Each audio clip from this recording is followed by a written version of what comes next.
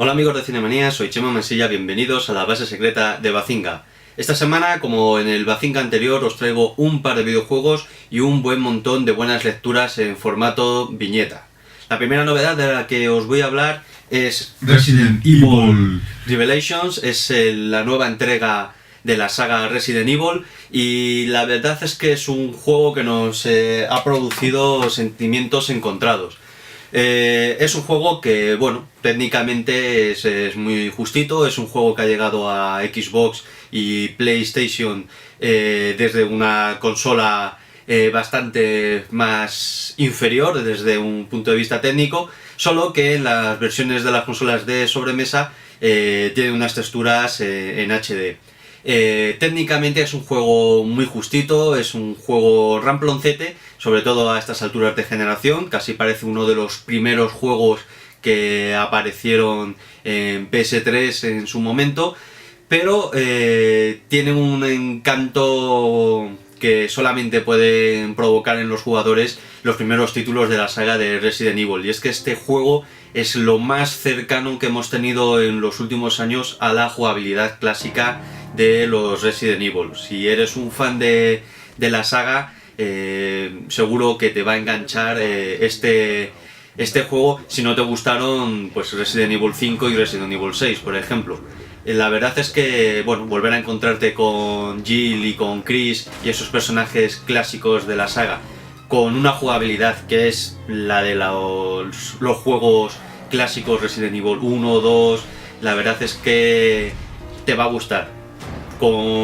Sí, es verdad que echamos de menos un nivel de dificultad un poco más alto, es un juego muy accesible y lo que más le pesa es que técnicamente, como os decía, es muy justito. Básicamente es el juego original de Resident Evil Revelations con gráficos y texturas en HD. Parece uno de esos remakes que se hacen de juegos de PlayStation 2 o de la Xbox original en HD, que están llegando últimamente a los stores, pero como os decía, recupera esa mecánica clásica de Resident Evil que va a gustar a los fans más recalcitrantes de la serie. Como os comentaba al principio, a mí me ha generado esos sentimientos encontrados, porque realmente me ha gustado mucho jugar, me lo he pasado muy bien, he disfrutado como un enano, he disfrutado como el enano que era hace 15 años jugando con los primeros Resident Evil, pero también me he quedado con las ganas de ver a dónde podría haber llegado si técnicamente el juego explotara las posibilidades que tienen las consolas a día de hoy. A pesar de ello, es posible que sea el Resident Evil más divertido que hemos jugado en los últimos años, y eso que a mí me gustó mucho Resident Evil 6, a pesar de todos los problemas que tenía y todas las críticas que recibió. Pero si buscáis grandes espectáculos y ya estáis con un ojo puesto en Xbox One o en PS4, lo más seguro es que este juego os sepa un poco a poco. Sabéis que en Bazinga no solemos recomendar ni hablar de juegos deportivos, pero en esta ocasión vamos a hacer una excepción porque hemos recibido Click 2 y la verdad es que nos ha dejado alucinados. Es un juego de carreras espectacular, es un juego de carreras muy accesible y es un juego de carreras fácil y bonito. La verdad es que cuando nos ponemos a los mandos de un juego de carrera de los que están llegando últimamente a las consolas, ya sea un Forza o un GT, la verdad es que siempre nos quedamos con la idea de que el nivel de simulación es tan exigente que deja fuera a una gran cantidad de jugadores que lo único que quieren es echar carreras y pasárselo bien.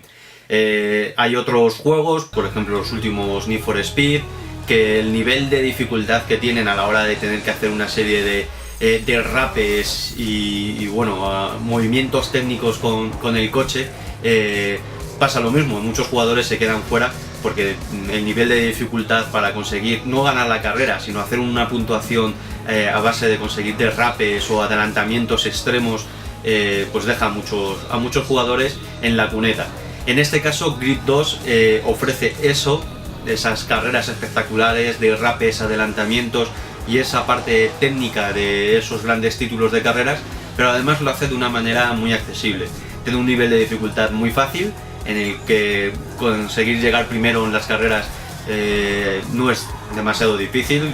en algunos circuitos lo podéis conseguir a la primera, en otros a lo mejor se os resistirá un poco más, pero el caso es que es un juego que está bien hecho, es un juego gráficamente muy espectacular, es un juego accesible, es un juego que en los niveles de dificultad más elevados sí plantea un elevado reto a todos esos conductores avezados de salón, y la verdad es que es un juego que tengo que recomendaros porque Codemasters ha hecho un trabajo espectacular. El juego en Xbox luce a 1080 y 60 frames por segundo con una calidad espectacular. Yo me he quedado tan contento con este juego que estoy deseando empezar a correr en Xbox One y en PS4 a los juegos de carreras de la nueva generación. La verdad es que este título prácticamente, casi, igual que pasaba con el último GT e igual que pasa con el último Forza, prácticamente es un juego ya de la próxima generación. No sé qué es lo que nos van a ofrecer en las nuevas consolas, pero desde luego Grid 2 es una opción para mantener los motores en ralentí hasta que llegue ese momento. Empezamos ahora con las lecturas. Mientras contamos los días que quedan para el estreno del Hombre de Acero, viendo día tras día nuevos avances y spots y anuncios y trailers de la película, que la verdad es que tiene una pinta sensacional,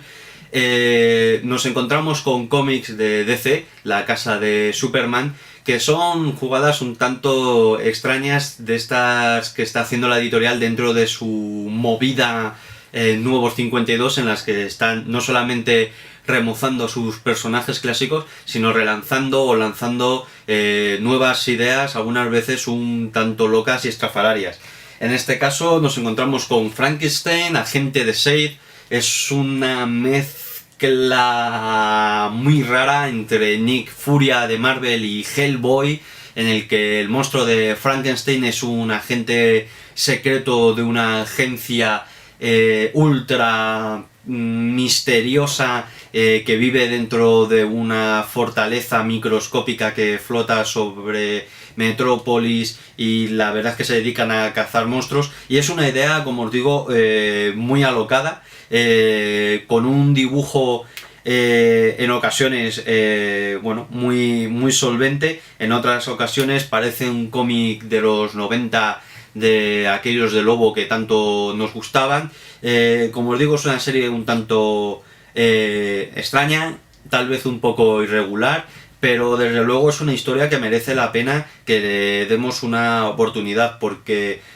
toca tantos palos y de una manera tan rara que seguramente encontrará su nicho de lectores. Es una lectura muy entretenida y la verdad es que es una sorpresa dentro de lo que está ofreciendo DC últimamente, que bueno, la verdad es que hay títulos muy sorprendentes y muy potables, y otros que son grandes cabeceras que no están a la altura de lo que esperan o merecen los seguidores de DC. En cualquier caso, ECC Ediciones ha sacado este tomo en el que se recopilan los primeros los números de la serie, y la verdad es que por 20 pavos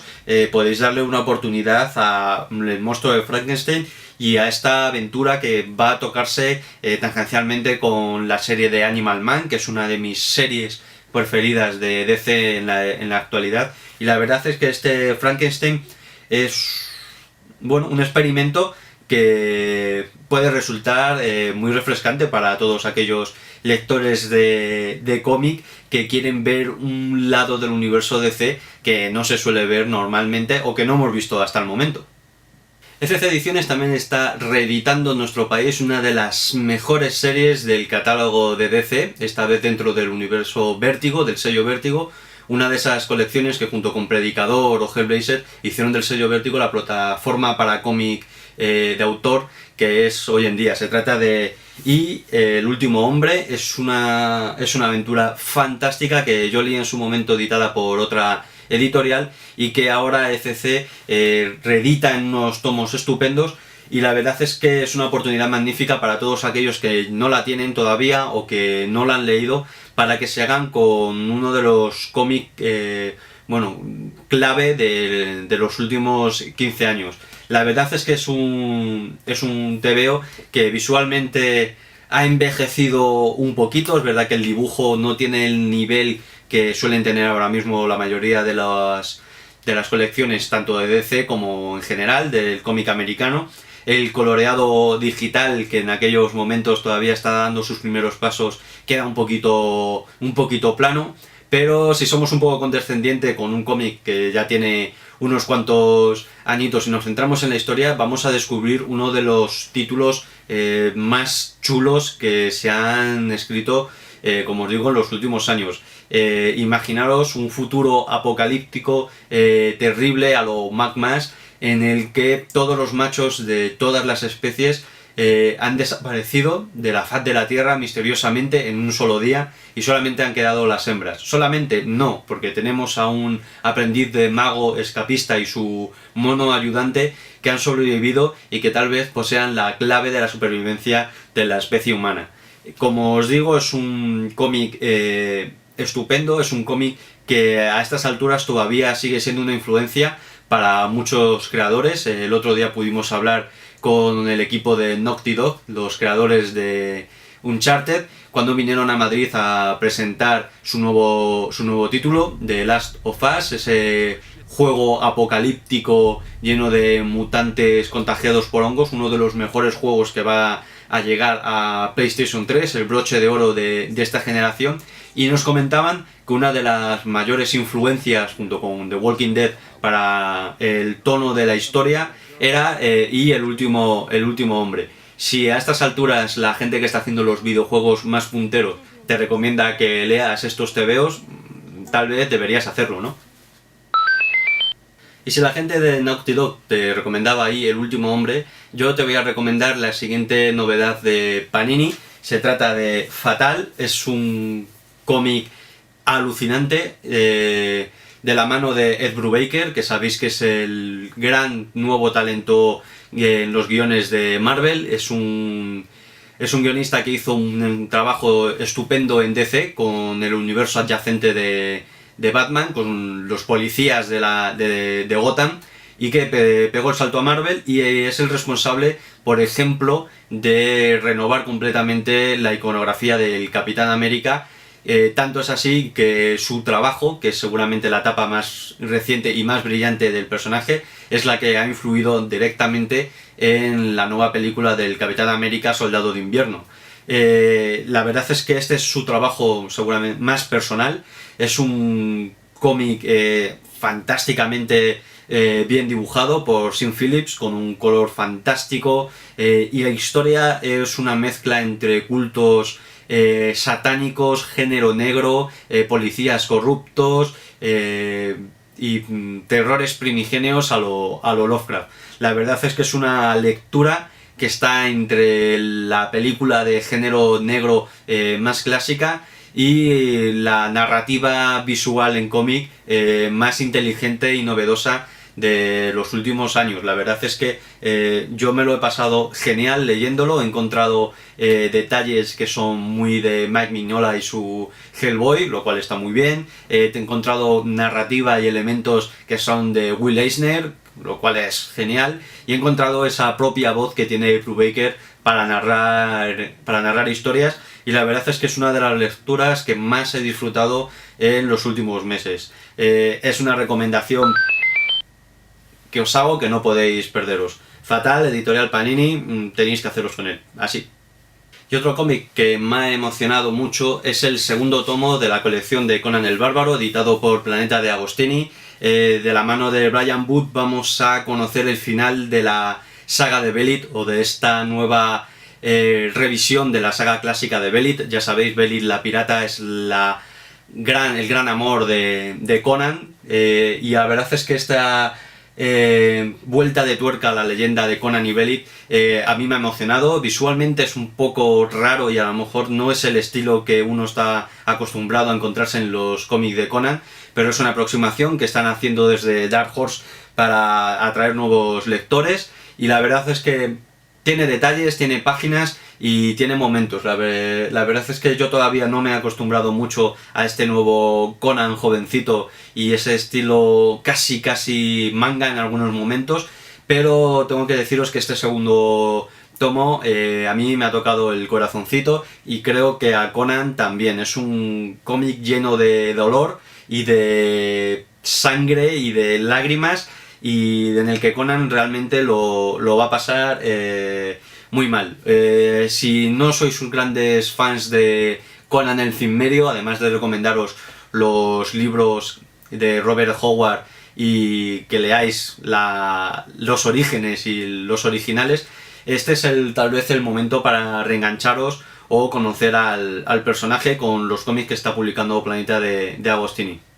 Y la última novedad que os voy a recomendar esta semana es también una reedición de material clásico. Se trata de Next Men, el primer volumen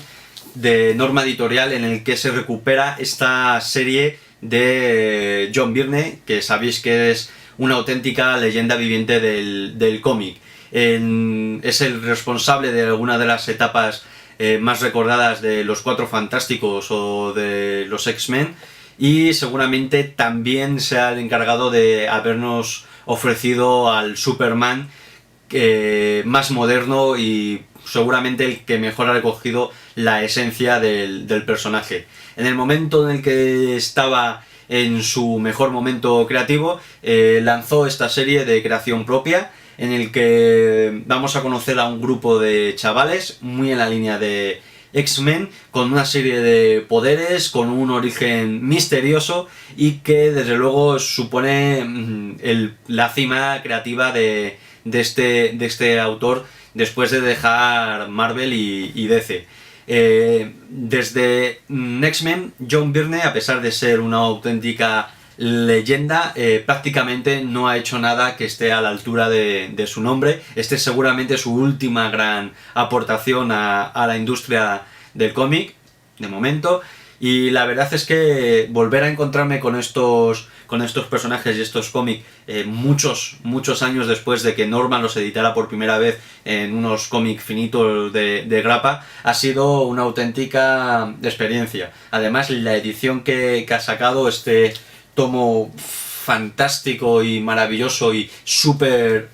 bonito, súper cuidado, me ha tocado el corazón de friki nostálgico. Next Men es, por supuesto, una